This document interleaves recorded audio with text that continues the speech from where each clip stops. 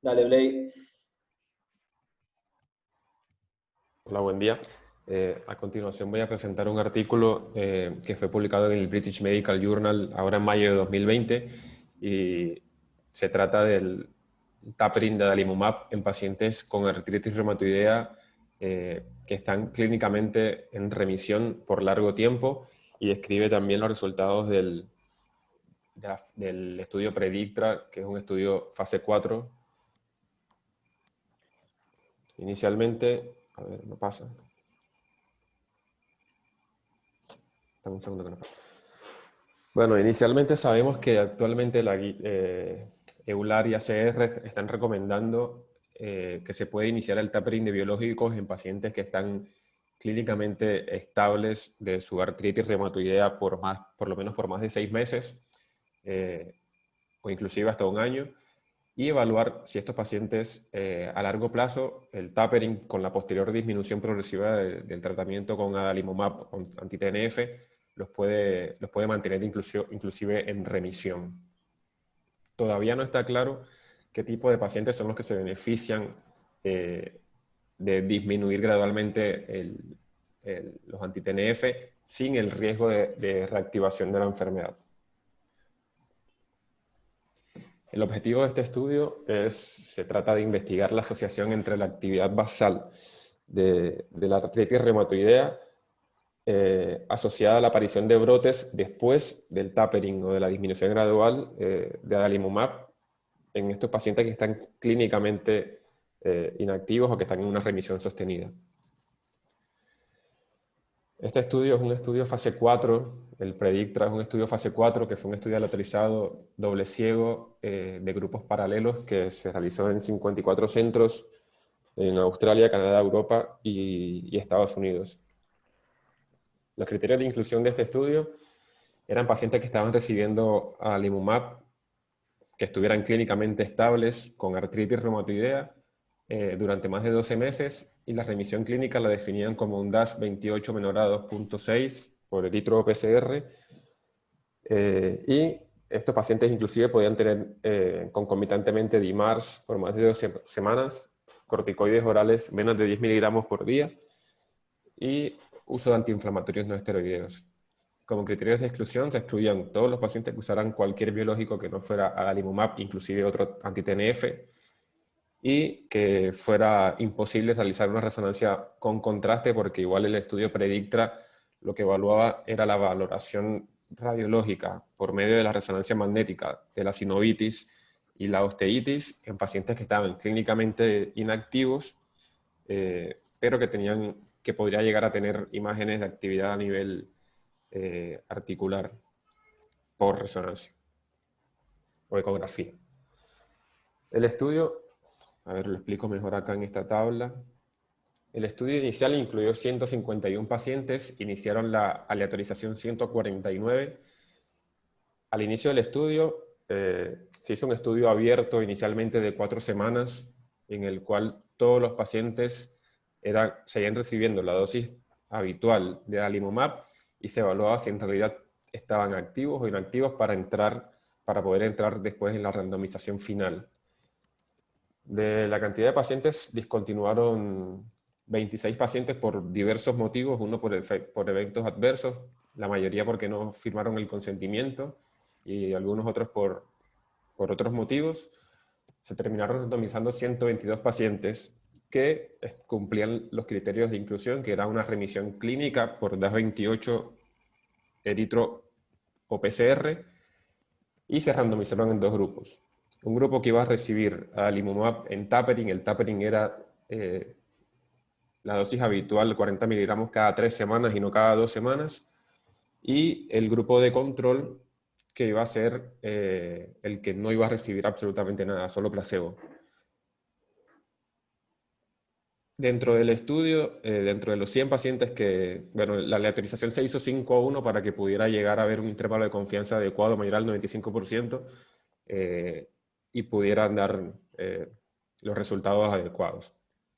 Dentro del grupo de adalimumab que estaba haciendo tapering, o sea, cada 3 semanas el adalimumab, discontinuaron 7 pacientes también porque no firmaron el consentimiento por otros motivos y uno por evento adverso, por lo cual completaron el estudio 93 pacientes en ese brazo, y en el brazo de adalimumab que estaba recibiendo placebo discontinuó solo un paciente. Además, había dentro de los dos subgrupos de pacientes, si los pacientes recaían con el ajuste de la dosis haciendo tapering o estando en el grupo placebo, entraban en un tercer grupo, que era el grupo de rescate. A estos pacientes que se les hacía el grupo de rescate, reiniciaban nuevamente adalimumab a dosis de 40 miligramos cada 2 semanas y se controlaban en la semana 0, 4, 12 y 16.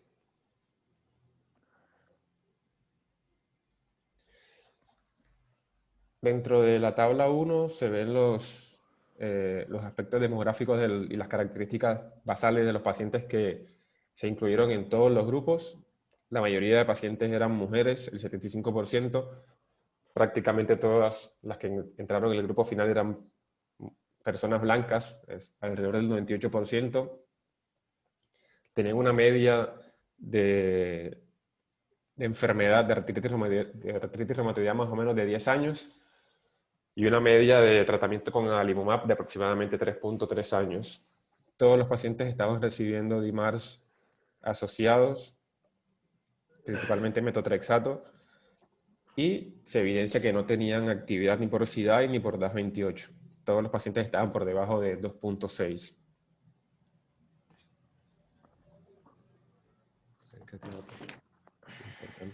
Alrededor del 44% estaban recibiendo también corticoides y el 32% habían recibido AINES, respectivamente.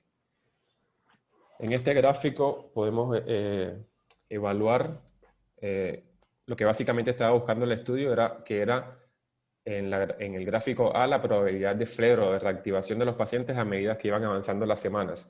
El estudio fue hecho a 40 semanas. Recordamos que las 4 primeras semanas fue la fase de actividad o no de la enfermedad y de esa manera aloterizar los pacientes que quedaban.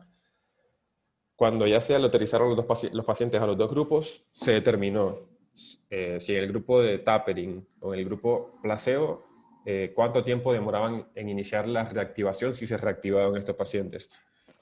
Y evidenciamos que en el grupo que tenía probabilidad de flare haciendo tapering, se empezaron a reactivar a la semana 2 el 13%, a la semana 24 el 27%, a la semana 36 el 35%, y el total de los pacientes reactivados fue 36%. En la gráfica de al lado podemos, en esta de acá podemos evaluar o podemos ver la probabilidad de flare en pacientes que estaban recibiendo solo tratamiento con placebo. Los pacientes se reactivaron a la semana 10 el 10%, pero ya vemos que a la semana 24 el 35% de los pacientes estaban reactivados en comparación al 27% de los pacientes que estaban recibiendo el ajuste de dosis. Y el total de pacientes a las 36 semanas fue 40, para un total de 45% de reactivación en el grupo que no estaba recibiendo biológico en comparación al 36% del grupo que sí.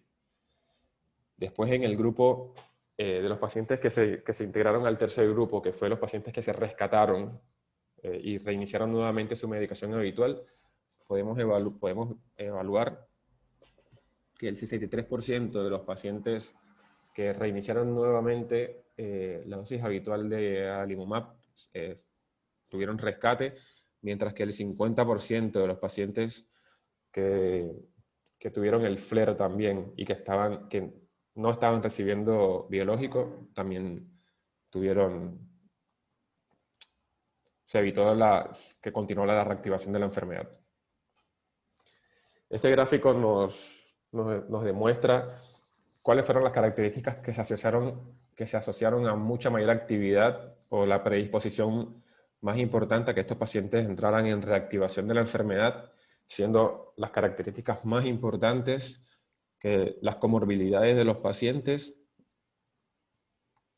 con un objetivo de 3.96 y el fumar también se asoció mucho, y vemos que la sinovitis, el edema de médula ósea o la osteitis no tuvo prácticamente ninguna relevancia hacia hacia evitar o no la progresión de la reactivación de la enfermedad.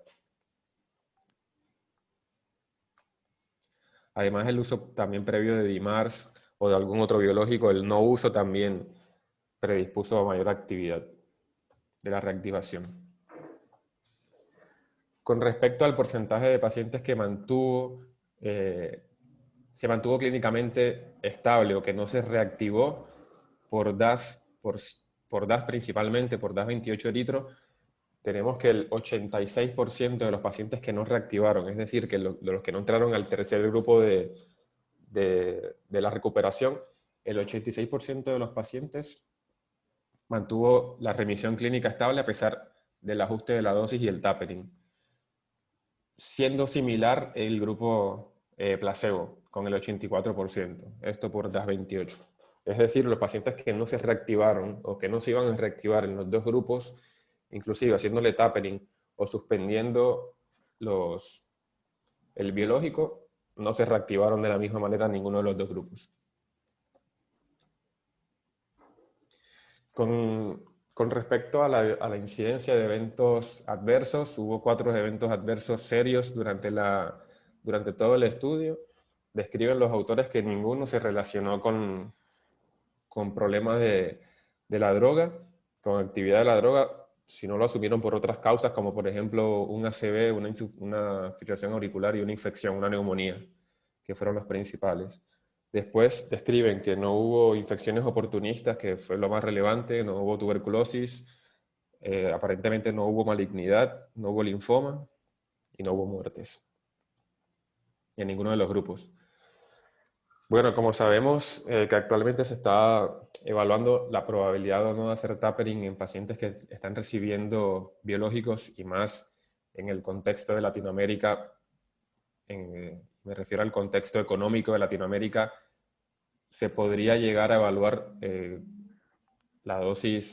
ajustar la dosis de los biológicos sabiendo los costos y de esta manera saber qué pacientes se pueden reactivar o no, o a qué pacientes les va a convenir o no realizar este tipo de tratamientos por el ajuste de los costos.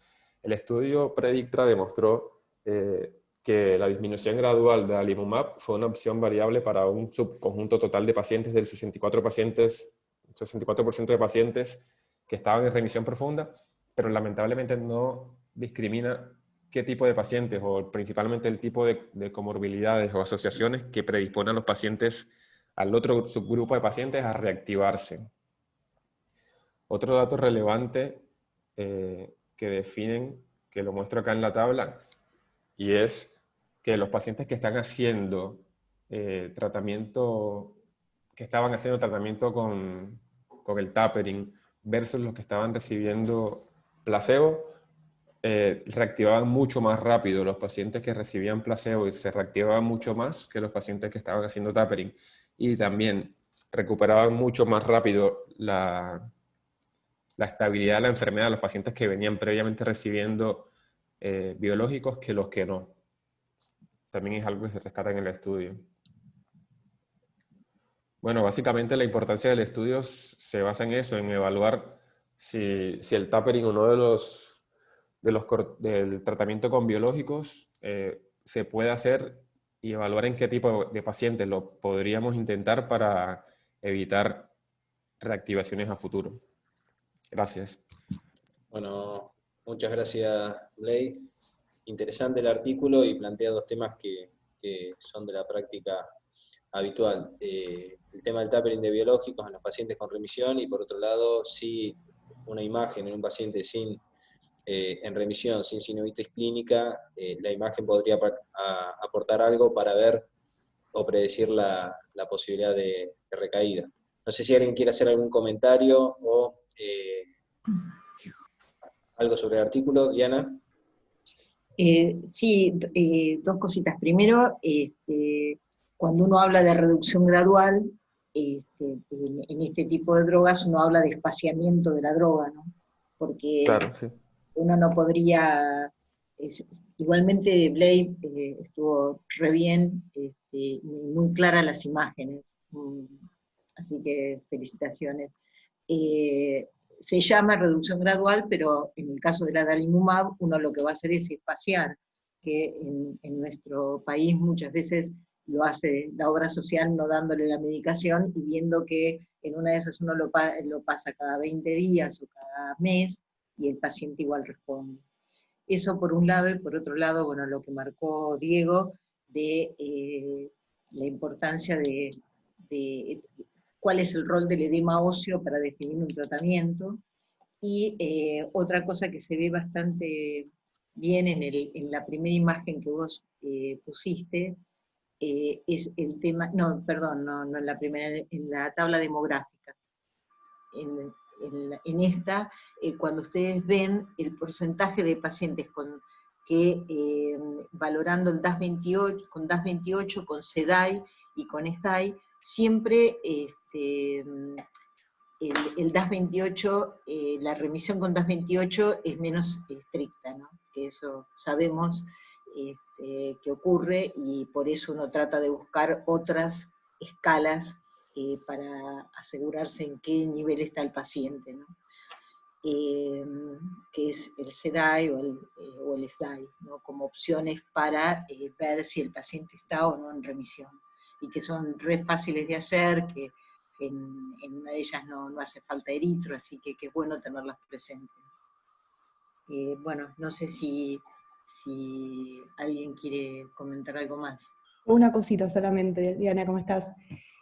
No, más allá de lo que justo decías de los índices combinados, que ya estaría como en desuso, el DAS28, lo que sí se usa son el SIDAI y el SDAI, y para lo que es remisión, se utiliza lo que es la remisión booleana, que también es muy fácil de hacer y que se vio que es mucho más específica para evaluar remisión. Perfecto. Eso. Bueno, no sé si hay algún otro comentario, si no ya seguimos. Tony, ¿querés ir cargando tu presentación? Dale.